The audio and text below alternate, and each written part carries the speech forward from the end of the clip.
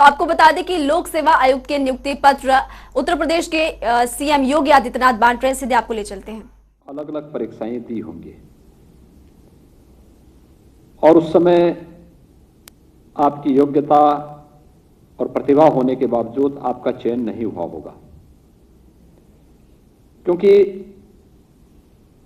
व्यवस्था में कुछ खोट था। योग्य और प्रतिभावान लोगों को अवसर नहीं मिल पाता था। उस समय चयन की प्रक्रिया की विसंगति और शासन की नीयत में खोट होने के कारण योग्य और प्रतिभावान जो अभ्यर्थी होता था वह हताश होता था, निराश होता था, पलायन करने के लिए मजबूर होता था। लेकिन 2017 में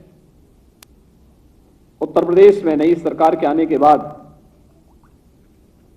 सरकार ने पहले दिन ही इस बात को तय किया था कि हम लोग चेहरा देख करके नहीं, व्यक्ति की जाति, मत और मजहब देख करके नहीं, किसी का जनपद और गांव देख करके नहीं, योग्यता को आधार बना करके आरक्षण के नियमों का पालन करते हुए उत्तर प्रदेश के हर प्रतिभावान नौजवान को उत्तर प्रदेश के अंदर जीवन के प्रत्येक क्षेत्र में आगे बढ़ने का पूरा अवसर देंगे, उन्हें प्रोत्साहित करेंगे। और मुझे प्रसन्नता है कि विगत 4.5 वर्ष के दौरान हमारी सरकार ने 4.5 लाख प्रदेश के नौजवानों को सफलतापूर्वक नियुक्ति पत्र देकर के आज प्रदेश में उनकी ऊर्जा और उनकी प्रतिभा का लाभ ले रही है।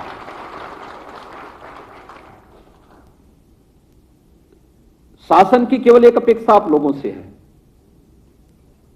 कि आपने जैसे चयन की प्रक्रिया को देखा होगा, ये राजस्व विभाग मेरे पास ही है, लेकिन मुझे भी नहीं मालूम कि किस व्यक्ति को कहां नियुक्ति पत्र मिलना है, कहां उसकी पोस्टिंग होनी है, क्योंकि हमने प्रक्रिया ऐसे बनाई है कि मेरिट बेस्ड हो। दिव्यांगजन या फिर कुछ उन परिस्थितियों को छोड़ करके जहां पे उन परिवारों के सामने विशेष संकट है, उन स्थितियों को छोड़ करके शेष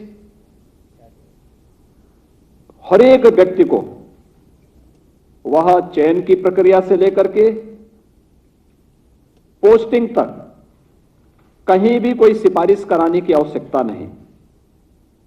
मेरिट के आधार पर हर व्यक्ति को उसकी योग्यता और उसकी क्षमता के अनुरूप मौका मिलेगा। जब आपको 2017 के पहले की उन विसंगतियों से उभार करके एक स्वच्छ, पारदर्शी और ईमानदार पूर्ण व्यवस्था के साथ जोड़ने का कार्य हो रहा है, तो फिर शासन भी आपसे एक अपेक्षा रखता है कि इसी ईमानदारी पूर्वक, उसी स्वच्छ और पारदर्शी तरीके से अपने अपने कार्य क्षेत्र में अगर हर व्यक्ति कार्य करेगा तो उसके बेहतरीन परिणाम उत्तर प्रदेश के लिए आएंगे। उत्तर प्रदेश की 24 करोड़ नागरिकों के जीवन में खुशहाली लाने में उसकी बहुत बड़ी भूमिका होगी और इसके परिणाम सामने आए हैं। प्रदेश वही, तंत्र वही, संसाधन वही, सब कुछ तो वही है, लेकिन प्रदेश की छवि बदली है। 2017 के पहले जिस उत्तर प्रदेश के बारे में लोगों के मन में एक धारणा थी, उत्तर प्रदेश में कुछ नहीं हो सकता, उत्तर प्रदेश देश के विकास में बाधक है, उत्तर प्रदेश में आने में लोग डरते थे, उत्तर प्रदेश में राजस्व मामलों में न्याय मिलना लोगों के लिए एक बहुत दूभर कार्य था, कठिन चुनौती थी। आज वही उत्तर प्रदेश कैसे अपने लक्ष्यों को प्राप्त कर रहा है। आज आपने देखा होगा कि कैसे एक एक व्यक्ति का चयन पारदर्शी तरीके से हो रहा है और हर व्यक्ति अपनी योग्यता और क्षमता के अनुरूप स्थान प्राप्त कर रहा है। उसको किसी की सिफारिश की आवश्यकता नहीं, उसको किसी के पास जाने की आवश्यकता नहीं, किसी भी नियुक्ति में, किसी भी पोस्टिंग में किसी भी व्यक्ति को लेन देन की कोई आवश्यकता नहीं। और जहां भी इस प्रकार की शिकायत मिलती है, सरकार ने कठोर कार्रवाई उस मामले में की भी है। इसलिए क्योंकि हम लोग उत्तर प्रदेश की छवि को बदलना चाहते थे और 4.5 वर्ष के अंदर इस छवि को बदलने में हमें सफलता प्राप्त हुई, तो प्रदेश के अंदर जो उत्तर प्रदेश के नौजवानों को उत्तर प्रदेश के अंदर विभिन्न सेवाओं में चयन, पारदर्शी तरीके से चयन के बाद सेवा का अवसर प्राप्त हुआ, उसने उत्तर प्रदेश के अंदर एक माहौल तैयार किया। आज उत्तर प्रदेश देश के अंदर निवेश का सबसे अच्छा गंतव्य स्थल है। प्रदेश वही है। 2016 तक देश के अंदर 36 राज्यों में उत्तर प्रदेश का स्थान 15वें 16वें स्थान पर आता था और आज अगर देश के अंदर किन्हीं 3 राज्यों में या किन्हीं 2 राज्यों में देश और दुनिया के किसी निवेशक को निवेश करना होगा तो उनमें से उत्तर प्रदेश भी एक आता है।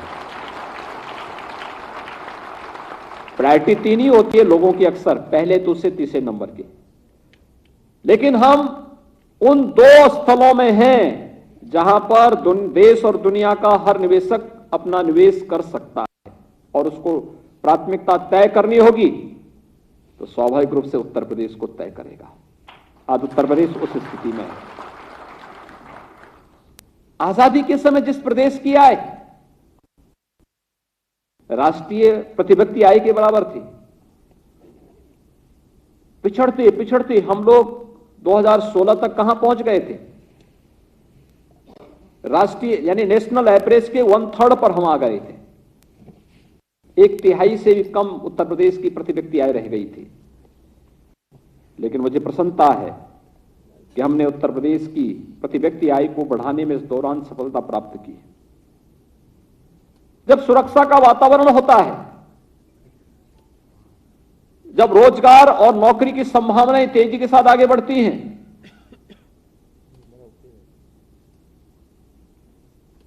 गवर्नमेंट सेक्टर हो या प्राइवेट सेक्टर, दोनों क्षेत्र में नौकरी और रोजगार की इन संभावनाओं को जब आगे बढ़ाया जाता है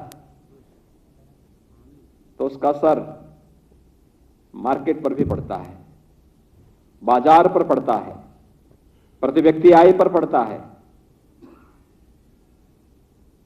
विकास पर पड़ता है और ये सभी एक दूसरे से जुड़े हुए हैं।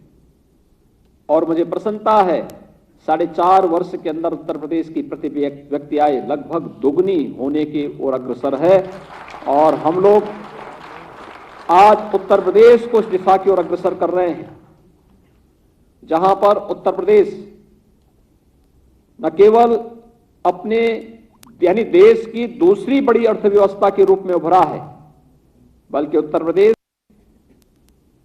ईज ऑफ डूइंग बिजनेस में नंबर 2 पर आने के साथ साथ भारत सरकार की 44 ऐसी महत्वपूर्ण योजनाओं में, जिनमें उत्तर प्रदेश का स्थान किसी में 27वें होता था, किसी में 36वें में होता था, किसी में 30 में होता था, किसी में 23वें पे होता था, यानी 15-16 से नीचे तो उत्तर प्रदेश कभी आता ही नहीं था। और सभी लोग कोसते थे कि अगर देश विकास नहीं कर रहा है तो उसके लिए उत्तर प्रदेश दोषी है, लोग कोसते थे। आज मुझे बताते हुए प्रसन्नता है कि देश की ऐसी प्रमुख 44 ऐसी महत्वपूर्ण योजनाएं हैं जिनमें उत्तर प्रदेश नंबर 1 पर है, नंबर 1 पर। ये इसलिए हुआ क्योंकि उत्तर प्रदेश के नौजवानों को देश के अंदर सेवा का अवसर प्राप्त हुआ, उसके लिए उस प्रकार का माहौल दिया गया, उसको ईमानदारी पूर्वक सेवा का अवसर प्राप्त हुआ, उसने प्रयास आगे बढ़ाए, प्रधानमंत्री मोदी जी के सपनों को, उनके संकल्पों को आगे बढ़ाने में अपना दिन रात एक किया। आज उसका परिणाम देखने को मिल रहा है। ईज ऑफ डूइंग बिजनेस में उत्तर प्रदेश नंबर 2। उत्तर प्रदेश 4 वर्ष पहले जिस उत्तर प्रदेश की अर्थव्यवस्था 6ठे नंबर की अर्थव्यवस्था कही जाती थी, आज नंबर 2 की अर्थव्यवस्था बनी हुई है। जिस उत्तर प्रदेश के बारे में कहा जाता है कि उत्तर प्रदेश में कुछ नहीं हो सकता, आज उत्तर प्रदेश देश की अर्थव्यवस्था का और देश के विकास का एक ग्रोथ इंजन बनकर के तेजी के साथ आगे बढ़ रहा है। ये वो नया उत्तर प्रदेश है। जिस उत्तर प्रदेश से जनता की जो अपेक्षाएं थी, देश की जो अपेक्षाएं थी, उसको उत्तर प्रदेश ने तेजी के साथ आगे बढ़ाना प्रारंभ किया। हमारे सामने लक्ष्य है, अगले 6 वर्ष के अंदर उत्तर प्रदेश की अर्थव्यवस्था को हम देश की नंबर 1 की अर्थव्यवस्था बनाएंगे। और ये केवल सरकार अकेले नहीं कर सकती, ये केवल मुख्यमंत्री की जिम्मेदारी नहीं होगी, ये केवल सरकार इसके लिए अकेले सरकार आगे नहीं बढ़ा सकती, पूरे तंत्र को इसके साथ जुटना पड़ेगा। और जो मैंने पहले भी कहा, सुशासन के लक्ष्य को प्राप्त करना है तो सुशासन के लक्ष्य को प्राप्त करने का जो सबसे महत्वपूर्ण केंद्र होते हैं वो तहसील होती है। मैं आज भी जाता हूं, कहीं किसी जनपद में जाता हूं, मेरे सामने सबसे ज्यादा मामले आते हैं तहसील से संबंधित। और मैं धन्यवाद दूंगा राजस्व परिषद को भी और राजस्व विभाग को भी, जिन्होंने प्रक्रिया को काफी सरलीकरण करने की दिशा में अग्रसर हुए हैं। चाहे वह राजस्व रिकॉर्ड के डिजिटलीकरण की प्रक्रिया को तेजी के साथ आगे बढ़ाने का कार्य, या विरासत का, मैं स्वयं इस चीज को महसूस करता था। कितनी जटिल प्रक्रिया हुआ करती थी। अब विरासत में नाम दर्ज करने के लिए भी लोगों को इंतजार करना पड़ता था, चक्कर लगाने पड़ते थे, तहसील के चक्कर लगाने पड़ते थे। कानून को नायब तहसीलदार, तहसीलदार और एसडीएम तक पहुंचते पहुंचते व्यक्ति थक हार जाता था और बहुत सारे लोग तो इस धरती से ही फिर चले जाते थे, फिर उसकी तीसरी पीढ़ी वही चक्कर लगाने लगती थी। लेकिन हम लोगों ने कहा एक स्पेशल अभियान चलाओ, एक स्पेशल अभियान चला, और अभियान का परिणाम क्या रहा? लगभग 13 लाख ऐसे मामले थे जिसको एक समय सीमा के अंदर विरासत के मामलों को दर्ज करवाने में राजस्व विभाग ने सफलता प्राप्त की। आप सोचिए ना, आखिर लोग भटक तो रहे होंगे। जब समय पे काम नहीं होता, लोगों के मन में अविश्वास पैदा होता है। यह अविश्वास भ्रष्टाचार को जन्म देता है और फिर यहीं से विवाद खड़े होते हैं। मेरा यह मानना है, आज भी राजस्व से जुड़े हुए मामलों का समयबद्ध निस्तारण हो जाए तो गांव के और शहर के आधे से अधिक विवाद समाप्त हो जाएंगे। आधे से अधिक विवाद वैसे समाप्त हो जाएंगे। और इसके लिए हम आभार व्यक्त करते हैं प्रधानमंत्री मोदी जी के, जिन्होंने गांव में आबादी की भूमि से संबंधित विवादों के निस्तारण करने के लिए। तो लखनऊ से सीएम योगी आदित्यनाथ को आपने सुना, जिन्होंने कहा कि प्रदेश बदल रहा है, प्रदेश की तस्वीर बदल रही है।